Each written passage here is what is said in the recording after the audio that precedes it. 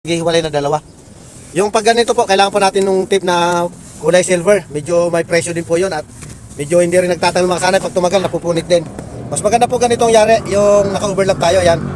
At least 2 inches. Kami po naka 3 inches po kami kasi medyo alanganin din naman po sa dulo. Nag 3 inches na po kami. Ganon din yan po mga kasanay dun sa kabila.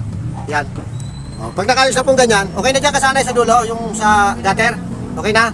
O bali, ibababa na natin yung yero. Yan. Bago po sa ibaba, dapat nakalagay na siya dun sa guide na inayos. Ayan po mga kasanay. Ganyan lang po yung sistema natin. At ibahagi ko rin po sa inyo mga kasanay. Para po sobrang ganda po ng ano natin, ng insulation tingnan sa ilalim. Wala pong talagang kahit konting mga curve. Naglagay po tayo ng ano, ito po alambre. Naka-cross po ito, 30 by 30 cm. Ang ginawa po natin dito, ayan po, tingnan nyo mga kasanay.